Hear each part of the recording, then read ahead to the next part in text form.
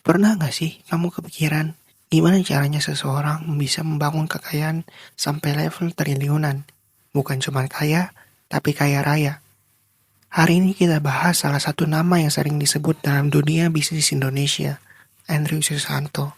Banyak yang mengenalnya sebagai pendiri dan direktur utama PGI, Pusat Gadai Indonesia. Juga terlibat dalam bisnis emas, elektronik second, sampai investasi di HW Group.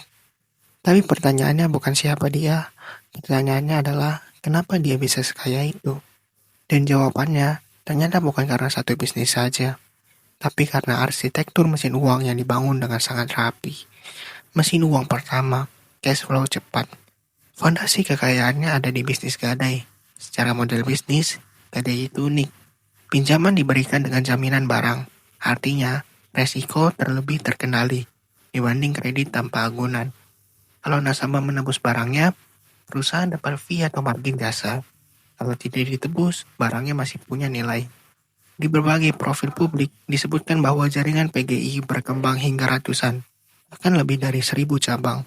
Sekarang bayangkan, satu cabang menghasilkan sekian transaksi per hari.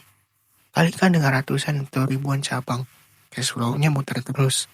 Dan dalam bisnis, yang bikin kaya itu bukan cuma profit, tapi cash flow yang konsisten dan berulang. Mesin uang kedua, double profit dari ekosistem. Disinilah strateginya makin menarik. Andrew juga dikaitkan dengan bisnis grosis elektronik second bernama Sinar Mutiara Shell. Kenapa ini penting? Karena dalam bisnis gadai elektronik, ada kemungkinan barang tidak ditebus, dan barang-barang itu masih punya nilai jual.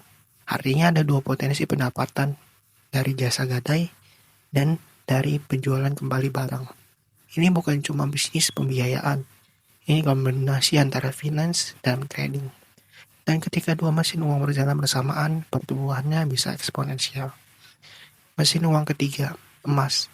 Selain elektronik, ada juga lini bisnis emas. Emas itu unik, secara psikologis, orang percaya emas sebagai aset aman. Permintaannya relatif stabil. Kalau kamu sudah punya basis pelanggan yang percaya pada valuasi barang, masuk ke bisnis emas adalah langkah yang masuk akal. Ini namanya ekspansi horizontal, masih dalam ekosistem aset bernilai.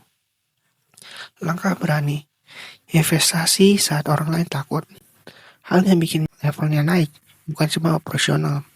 Ada satu momen yang sering disebut media, investasinya di HW Group saat masa pandemi. Ketika banyak bisnis terpukul, di situ ada peluang besar bagi yang punya modal dan keberanian. Ini pola klasik pengusaha besar. Bangun mesin cash flow stabil dulu, lalu gunakan sebagian hasilnya untuk ambil peluang high risk, high return. Bukan nekat, tapi terukur. Jadi kenapa bisa kaya? Kalau kita rangkum, polanya seperti ini.